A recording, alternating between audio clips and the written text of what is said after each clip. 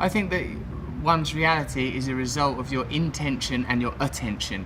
It's through spiritual practice that I've recognised that my own impermanence, my own irrelevance, the fact that I'm just a person shuffling through life, I ain't really no different now from when I was a little kid. And all I want really is that I don't want that feeling in my stomach that people are being treated badly. I don't want a feeling that people are being exploited. People need to live spiritual lives, all of us. I'm a person, and it's good to have access to the infinite consciousness that is available to all people, but through the five senses is delineated, keeping us trapped on a material plane. We think reality is what we can apportion through the limited instruments of the senses, but reality is of course far beyond that. Spiritual data, we don't have the correct instruments to receive it, and we live primarily in the realm of the senses. Anything that we're describing through science, we're describing through the prism of the five limited senses. Our eyes can only see between infrared light and ultraviolet light. There's light bouncing around everywhere. Our ears can only hear a tiny decibel range, can't hear the noise of a dog whistle, can't hear any high-pitched frequency sounds. Isn't it likely then that there are other vibrations, frequencies, energies, consciousness moving through the universe? Consciousness is an amorphous and expanding entity. I think that we allow our consciousness to be prohibited by our senses, prescribed by our senses, living in the realm of these five apertures into our reality. But reality is limitless, space is infinite, time eternal. Through yoga, one can temporarily break the bonds that chain us to the mundane, the mondial, that which is of the earth, and we can temporarily at least receive a taste of the infinite. I don't want to get too cosmic about it, but we are just this sort of temporary blob of atoms, you know, endowed with consciousness for the merest moments in infinite space. Meditation and yoga, these are fundamental parts of my life. I think it's difficult these days with religion getting such a rough ride, the Pope resigning, bloody terrorism and nonsense. It's difficult to find an access to spirituality, but we are by our nature spiritual people. If we don't have access to spirituality, we suffer as individuals, society suffers. We need to recognise at some point that within ourselves there's an infinite capacity for connection with all things. Well, I love the fact that you've described it as you have a daily access to unseen realms of power. Daily access to unseen realms of power. Not just me, everyone has that. For me, what I've discovered is that transcendental meditation is useful to me, not because of a unique set of circumstances, not because of my formerly secret brilliance, no, but because I am a human being. And it is applicable to all human beings. And what's really good about that is literally everyone in this room is one. What I say is that we're basically all right human beings. Whenever there's a disaster or an accident, people's impulse is to help one another. So I'm thinking anyone that galvanises people, brings people together and points us to the better aspects of our nature and help us to overcome our basic things like fear and desire, I think these people are worthy heroes, rather than the heroes that are nominated today, heroes that are low vibrational frequency that make us concentrate on daft stuff. So like they want you to be talking about Justin Bieber, they want you to be talking about twerking. They don't want you talking about fracking, they want you talking about twerking. They want to get on with their job. Shut your fucking mouths and watch this shit, you fucking morons. And I know, because I've been part of the charade. But, you know, I'm awake now. Look beyond the superficial. That's the problem with current affairs. You forget about what's important. You allow the agenda to be decided by superficial information. What am I saying? What am I talking about? Don't think about what I'm wearing. These things are redundant. I'm superficial. And I don't think that we should be continuing to propagate the idea that famous people are magical and special, because it makes people feel that their lives ain't no good. And I don't think we should be living in that kind of fearful paradigm. It's that. I'm like a vegetarian. I believe we're all equal. I ain't got the right to kill. I don't kill, like, say a fly comes in my house, I'd tolerate that little arsehole.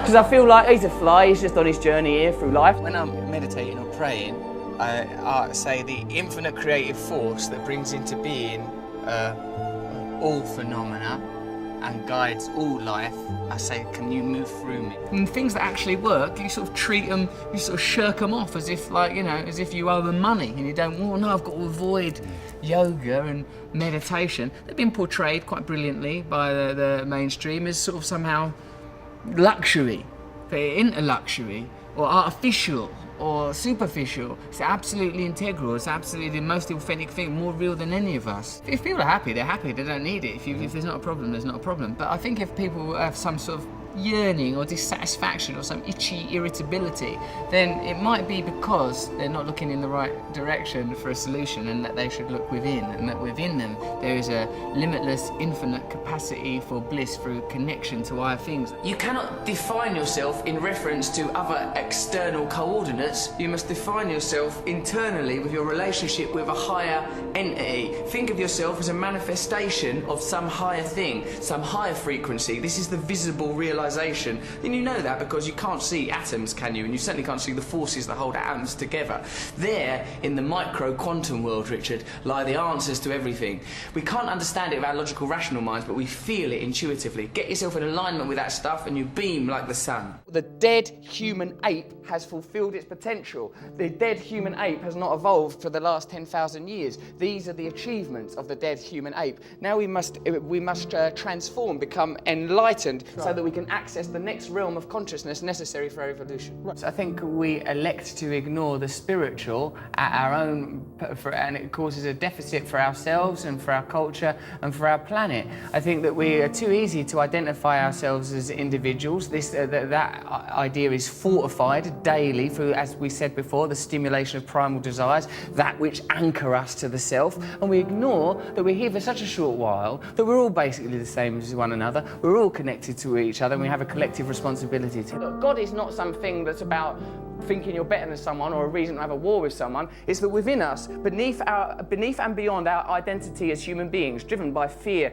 and desire, defined by the realm of the senses and the material self, which is transitory, there is a divine self that is connected to all living things, that is part of an infinite source of creativity. You could probably describe that using quantum physics or science if you want. I choose to believe in God because I think what that is the recognition that there is divine beauty in all of us, and if we prioritise that over our own selfish material needs, then we will naturally create a culture more in harmony with our planet, and we'll have a chance. I think it's one of the great sadnesses of modern life, because of our disenfranchisement and disillusionment with religion, that we don't have access to these ideas. And yoga and meditation for me is a way in the secular world of accessing very, very beautiful principles that will perhaps make us happier at a time when people feel disillusioned with the economy, concerned about the ecology, worried with politicians, don't trust what they're being told on television. We've got to let go of temporary, transient ideas like individualism. The nature of monotheistic faiths, these dead desert religions, is to encode us with the idea that individualism is more important than paganism, ideologies that integrally relate us to the earth, so that we know that we are integrally,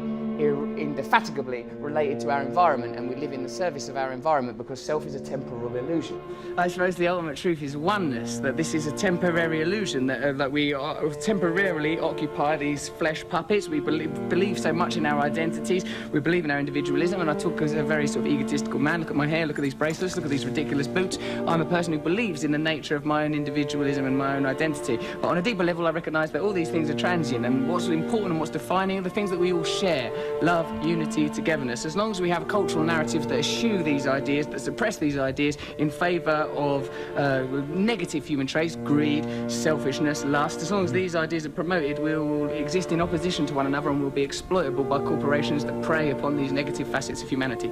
The line between good and evil runs not between cultures, religions or creeds, but through every human heart. So I recognise in myself the capacity for selfishness, for lustfulness, for egotism, and because I recognise these qualities in myself, I would prefer a culture that didn't celebrate, exacerbate, stimulate the most negative aspects of our species, inculcate them, reward them financially, till we get to a kind of a cultural hysteria where we're destroying the planet. The reality is there is one planet, there is a certain amount of people on the planet, there are a certain amount of resources on the planet. None of them things are going to last forever, so we need systems in place that acknowledge the reality, not systems that benefit elites, but systems that acknowledge the reality.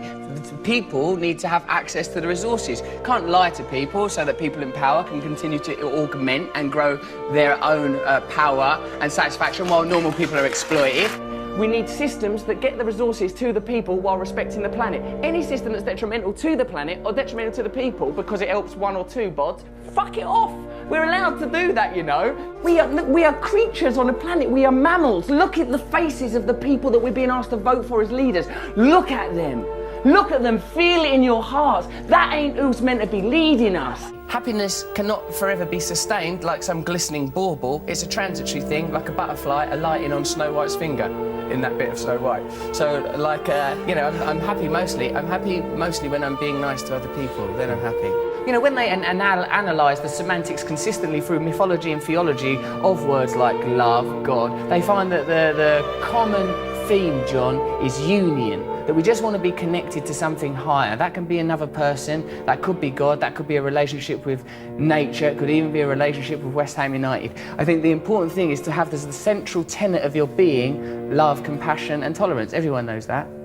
You know, like the realisation that this is only a very temporary thing, that the only thing that matters to any of us is love, that everything, that underscoring everything is love. You know, if it's a biological, anatomical human condition, the idea of acquisition and survival of the species, then that 2% that distinguishes us from the great apes, somewhere within that is that divine spark that philosophers have always espoused upon and written about, that somewhere within that, that's the truth that we're trying to head towards. What it felt to me was like the dissolution of my idea of myself. Like, I felt like separateness evaporated. I felt this tremendous sense of oneness. I find it, I'm quite an erratic thinker, quite an adrenalised person. And like, but what, through meditation, I felt this sort of beautiful serenity and selfless connection. You know, my sort of tendency towards selfishness, I felt like, I felt that kind of exposed as a superficial and pointless perspective to have. I felt a very relaxed sense of oneness. I felt love. Follow me on Twitter if you want to, @Rusty Rockets, but basically carry on doing what you're doing, being happy in your hearts.